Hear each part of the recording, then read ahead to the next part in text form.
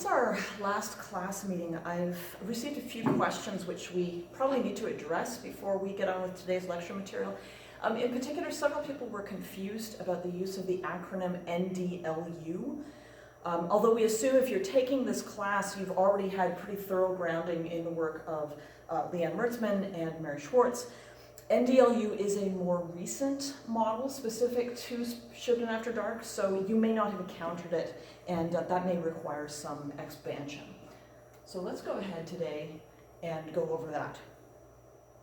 So NDLU stands for No Detail Left Unfetishized.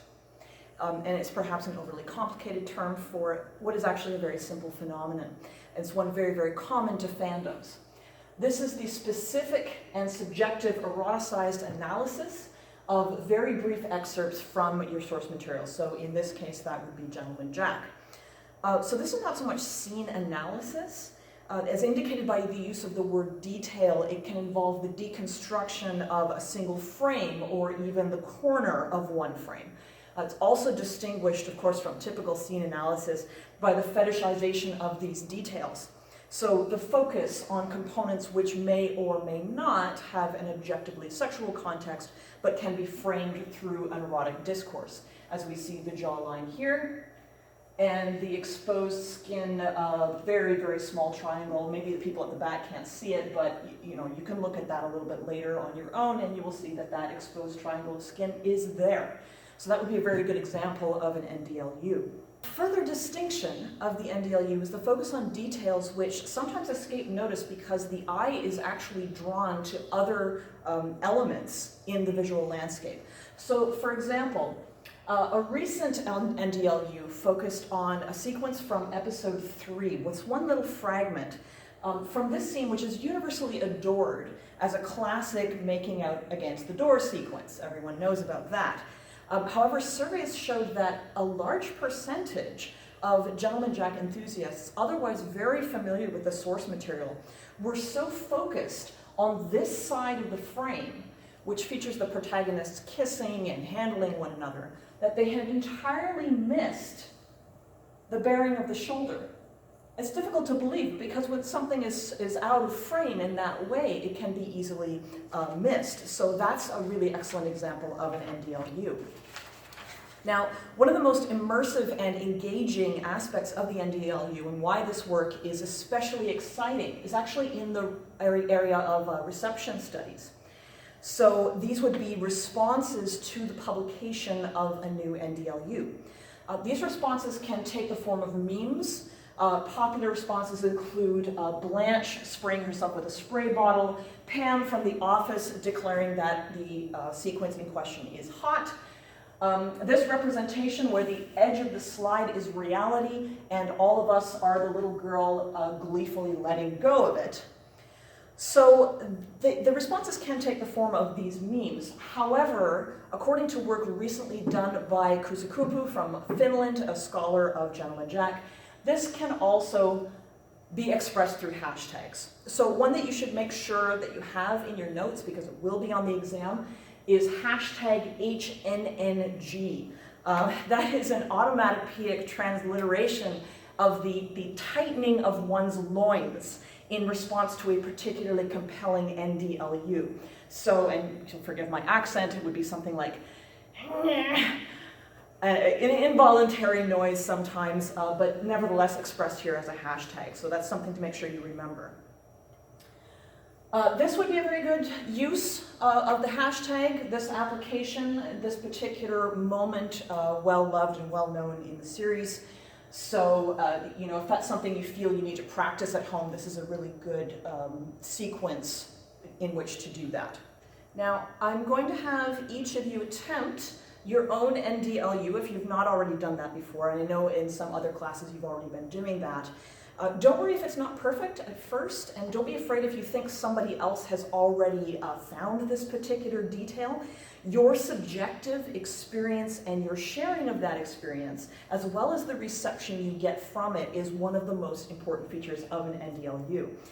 You can collaborate with a partner if you wish, and I'll come around and assist as needed, and then at the end of the class we can sort of share our conclusions. So before we do that, I'm going to take you through one last example so you can see how you go about constructing an NDLU. So let's take this scene from episode 8, which may be the single most widely discussed, widely analyzed piece from our source material. So here at its most basic level, we have the sweeping romantic kiss. If we can just call this up. All right, so the sweeping romantic kiss following reunion, reconciliation, and recommitment. That much is obvious. And hopefully we don't need to review that, although you certainly can watch this scene a number of times, any number of times, if you want to refresh yourself on that.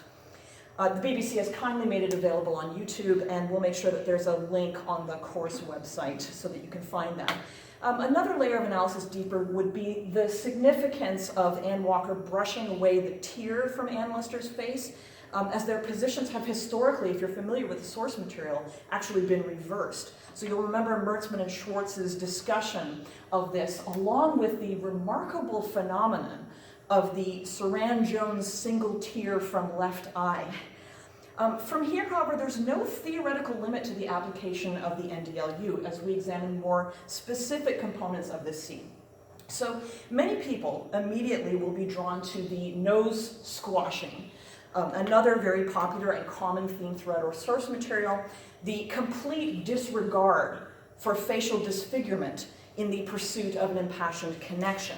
And here it's important to note that NDLUs can sometimes appear in patterns, which creates this kind of cumulative fetishization. So one of the keys to a good NDLU is looking off-center of the frame. So in my own research, I'm particularly interested in this component right here. And that is the gloved hand on the side of the neck. Now, Lister's gloves are virtually their own character in the series, even appearing slapped into a hand in the title sequence. They're also inextricably connected to the way she bends the discourse of gender expression throughout the series. Elite women of the 1830s frequently wore gloves, just not black leather ones. So in this way, she takes upon herself the trappings of masculine strength in her external presentation. And as we see here, unlike the second Chaumière scene in episode 3, she hasn't removed her gloves. That is, she hasn't taken off her armor. But in this context, in the context of Anne Lister's plea, quote, "Don't hurt me," end quote, and her tearful acknowledgement that she, quote, "is not as strong as you think," end quote, she's revealed a certain vulnerability. And Anne Walker has just cupped her hand on Anne Lister's face. Again, a reversal of the countless times that Anne Lister has done it to her to show intimacy, but also to offer comfort and protection. So out of this key moment of vulnerability, Anne Lister's gloved hand rises to Anne Walker's neck in a combined symbol of protectiveness, desire, and perhaps even possessiveness.